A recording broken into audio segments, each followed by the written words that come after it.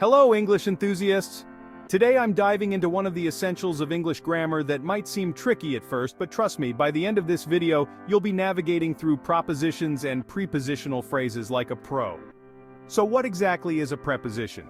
Well, in simplest terms, a preposition is a word that helps connect nouns, pronouns, or phrases to other words in a sentence.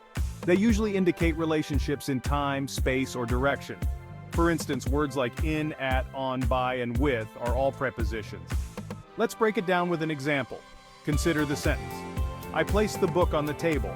Here, on is the preposition which helps to show the relationship between the book and the table. Simple, right? Now moving on to prepositional phrases. These are just groups of words that include a preposition, its object, and any words that modify the object. For example, in the sentence, she sat in the old chair, the phrase in the old chair is a prepositional phrase. It includes the preposition in, the object chair, and the modifier old describing the chair. But why should you care about these? Well, prepositions and their phrases are crucial for building strong descriptive sentences in English. They add detail and clarity, enhancing your communication whether you're writing an essay, a report, or even chatting with friends.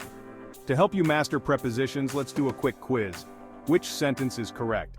Anna and I met at the cafe, or Anna and I met in the cafe? If you guessed the first one, you're right. We use at to denote a specific point or location. Remember, like with any part of language learning, practice makes perfect. Try to incorporate new prepositional phrases into your daily English conversations or writing. Soon you'll find them rolling off your tongue without a second thought. Thanks for watching, and don't forget to like, share, and subscribe for more helpful grammar tips. Stay curious and keep learning, and I'll see you in the next video.